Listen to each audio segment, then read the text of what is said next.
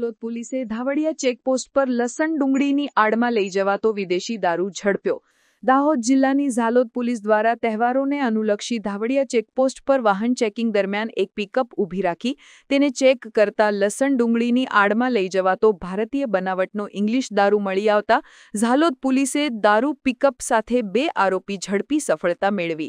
ધાવડિયા checkpost પર pickup ગાડીમાં લસણ અને ડુંગળીની આડમાં આરોપી જુજારલાલ ભેરુલાલ તથા સાથેના ક્લીનર આરોપી હરીશભાઈ ઘનશ્યામભાઈએ પોતાના કબજાની મહિન્દ્રા કંપનીની પિકઅપ ગાડીમાં ભારતીય બનાવટના ઇંગ્લિશ દારૂની બિયર ટીનની પેટીઓ નંગ 60 બોટલો નંગ 1440 જેની કિંમત ₹3,80,160ના પ્રોહી મુદ્દામાલ તથા ઇંગ્લિશ દારૂની હેરાફેરીમાં વપરાયેલ પિકઅપ ગાડીની કિંમત ₹3 લાખ મળી કુલ કિંમત ₹6,80,160ના મુદ્દામાલ સાથે હેરાફેરી કરતા આરોપી જુજારલાલ ભેરુલાલ અને હરીશભાઈ ઘનશ્યામભાઈ નાઓ પકડાઈ જતા તેમજ આરોપી રાહુલ ઉર્ફે ગોપાલભાઈએ ઇંગ્લિશ દારૂની પેટીઓ ભરી આપી। આ ઉપરાંત નડિયાદ ખાતે ઇંગ્લિશ દારૂ મંગાવનાર જેના નામ ઠામ ખબર નથી આ તમામ વિરુદ્ધ ગુનો નોંધવામાં આવ્યો છે।